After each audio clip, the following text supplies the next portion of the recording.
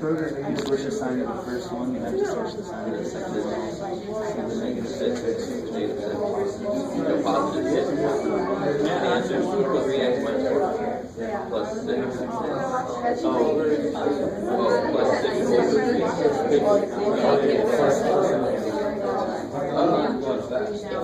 So the negative 1 is fast.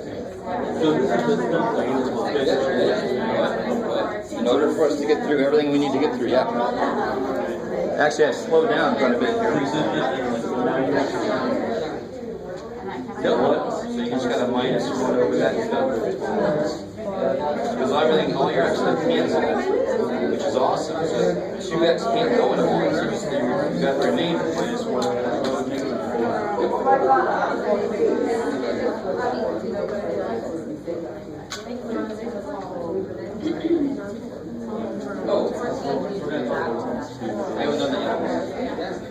All right, guys.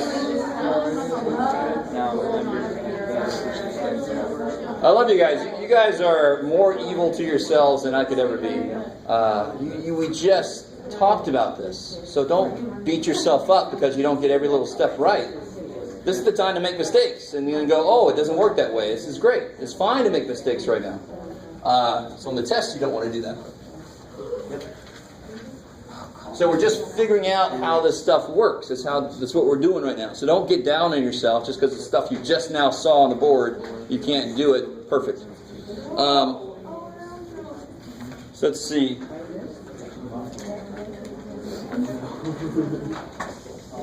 So 109. I can break it up like this. Right? So that's how you start 109 off. The bottom is just one piece. So I can break it up. Because if I put these back together, they have like denominators, right? Wouldn't they become the same thing that's on the paper? So math says you should be able to go backwards. All right, so if, for example, if I saw 5/4, couldn't I write that as 1/4 plus 4/4? Do you guys agree with me, no? Is that true? Yeah. Of course it's true, because 1 plus 4 is 5, and they have the same denominator, so I'm allowed to put them together. So, now watch. What's 4 divided by 4? And what's 1 divided by 1? So that's another way to see why 5/4 is 1 and 1/4, because I can break it up into a part I can do and a part I can't do. Maybe. So that's all I'm doing now. What freaks us out a little bit is there's variables in there, but they just come for the freaking ride. Right? I break these bad boys up, and then I look at each piece. 5 divided by 3, I can't do shit with that, so I just leave it. They won't reduce. Don't make it into a decimal. How many x's cancel? 1. 1. You're left with 1 up there. Way too many of us thought that was 0, but you can't make 0 by dividing unless you have 0 on the top. Something divided by itself is 1. 1. Cool. Now, if you wanted to make an LCD, wouldn't you give this guy? You would give this guy a 3, and you could put them together. Because to begin with, it actually had an extra x to begin with. So anyway, so we're just undoing what was done. We're just pulling it back apart. What about 110? Same thing there, right? I can take this guy divided by 2b squared minus 4b squared over 2b squared. Plus 2 over 2b squared. And now I can just look, now I got like 3 little mini problems, right? So here, 2 goes into 6. That's crazy. And then I lose 2b, so I get B2. Good. Here, the b squares die. 4 divided by 2. 2. And then here, now be careful, I had way too many people tell me that was it. No. But where are the 2 b's? Down. On the bottom. So what's on the top? 1. Yeah, the understood 1 is up there. All right, how are we doing so far? Is that? Fine. When the bottom is a single term, you should actually say, oh, thank God. Because it's not long division. It's just break it up and then reduce. All right? We should be really pretty good at reducing. All right, here we go. Now what about 111? That's the first long division one. Bottom's got 2 pieces to it, so I've got to do long division.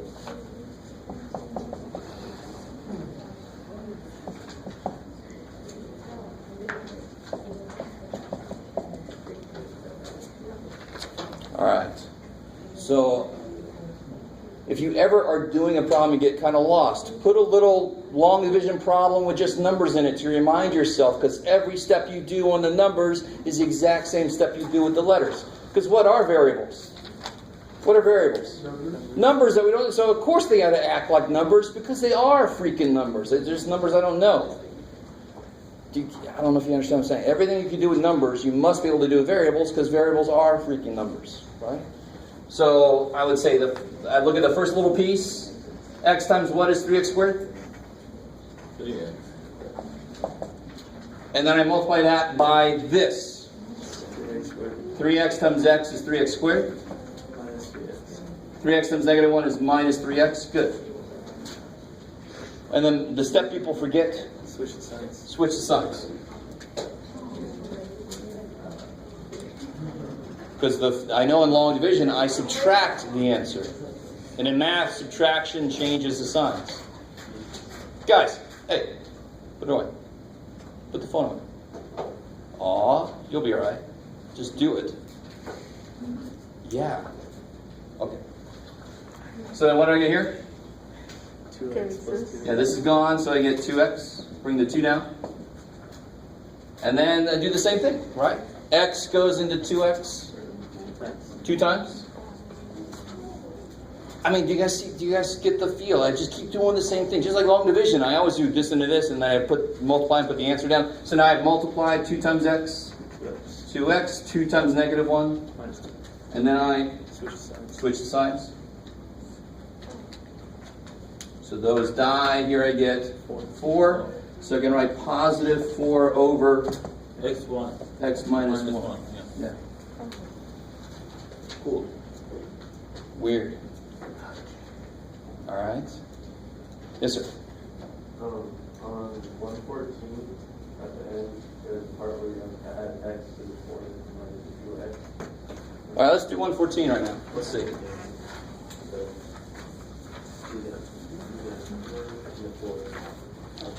So 114.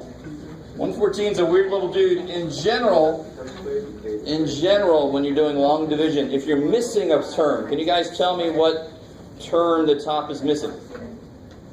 You guys know what I mean? Does it have an x cubed term? The 114, does it have an x cubed term on top? Yes. Try again. Yes. Yes. 2x cubed has got an x cubed term. Does it have an x squared term? Yes. Yes. Does it have an x term?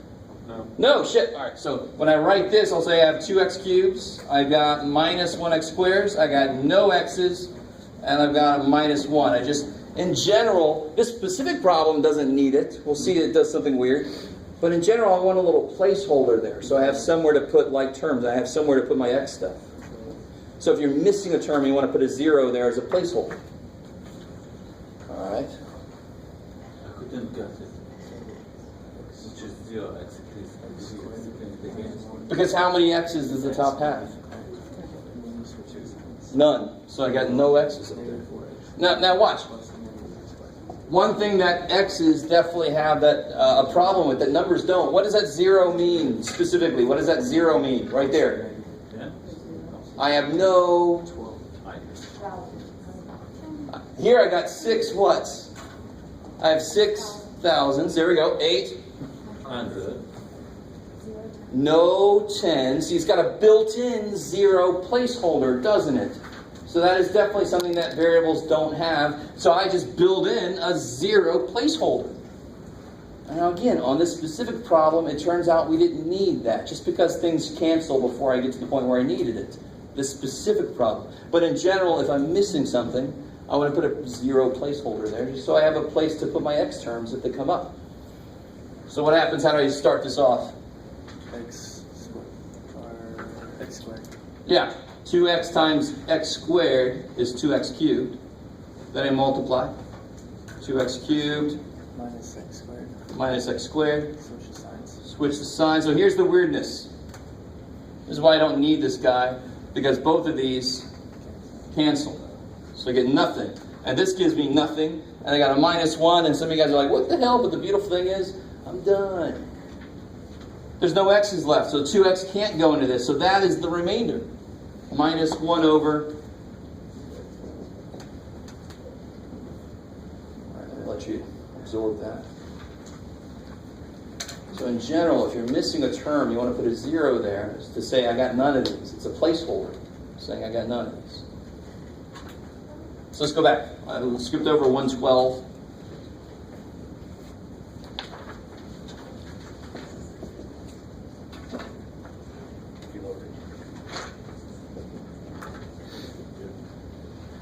All right. So what goes up here? 3x times what is 9x squared? 3x. 3x times 3x, 9x squared. 3x times 2, plus 6x. Good. So I think one of you guys, as I was walking around, you had a minus exists there. So now you change the sign, so now it's minus 6x. So this goes away, this becomes negative 12x. Bring down the minus 2. 3x goes in at negative 12x. Negative 4 times. Negative 4 times that is negative 12x. Negative 4 times 2, minus 8, but then I change the signs. Right? If we can get one more color in there, that'd be freaking rare. Those go away, negative 2 and 8. 6 plus 6 over 3x plus 2. 3x plus 2.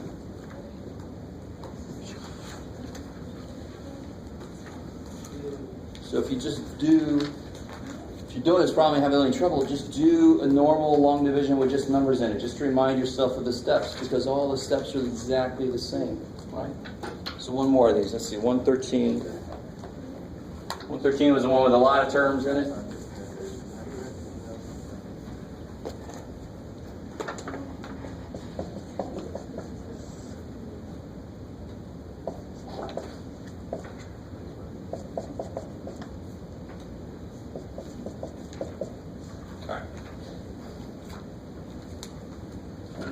So again, for some reason, some of you guys are putting extra stuff up here. I've already got a 4.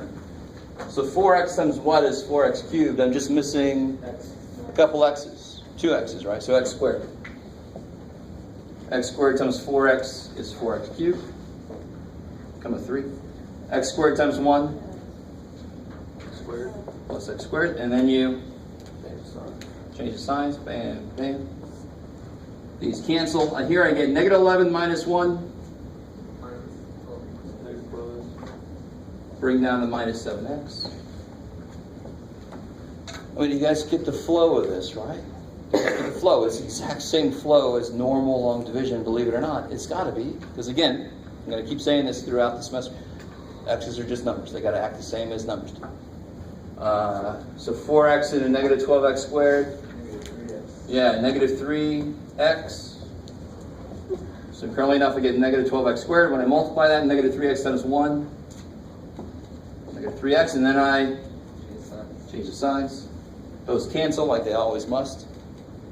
Negative 7 plus 3. Negative 4x. Negative 4x. Bring down the minus 1. I know I'm done when this cannot go into that. And I don't mean that you'll need fractions. Sometimes you might need, if there was a 2 here, I would put a 1/2 up here to make 4 become 2. I could do that. But what I mean is, if I have no x's, that's not when I know I'm done. Because then this x could not go into something with no x's. Do you guys see what I mean? So if I'm divided by x squared, I know I'm done when I have an x here, because x squared can't go into x.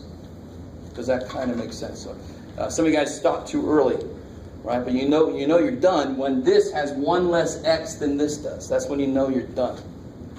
So 4x goes into negative 4x minus 1. So you get negative 4x minus 1. And then this, yeah, it's freaky. So what does that mean? True, it means you're done. But it also means that that times that is that. All right, that's nice. So that's how you factor that. How do you factor this? That times that. Because it went in evenly, right? That's what it means when it goes in evenly. It means it actually goes in perfectly. All right. So let's do, we'll do scientific illustration next time. You guys are upset. So go find something to relieve that. we'll get back into this tomorrow. Don't forget the quiz tomorrow. No.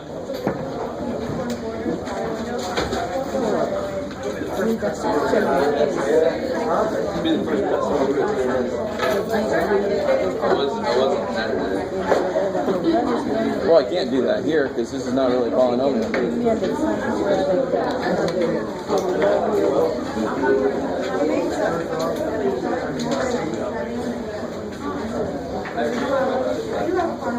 So the leading coefficient is 4. The degree will be what? What's the degree of this? No. 3. I see 2 x's and a y. Yeah, exactly. And this would be a degree. What's the degree here? 1. What's the degree here? 0. Good. Yeah. So the degree of the polynomial is 3. It's the highest one I see. Yeah. And it's got 3 terms. And then it's got 2 variables.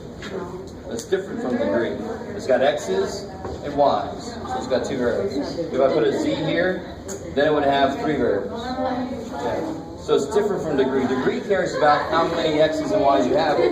How many variables is, do you have a bunch of x's and a bunch of y's, then you have 2 variables. Yeah. Cool. I like it. Yes. Degree would be the total for a term. Yeah. I like it. Oh, I got something for you. There. You see my name. Is that it? Yes. Is it? Okay. Do you think you can sign this for me? And like tell me what my current grade is? You'll have to come back to the office with me. Okay. You have a minute? Yeah. All right.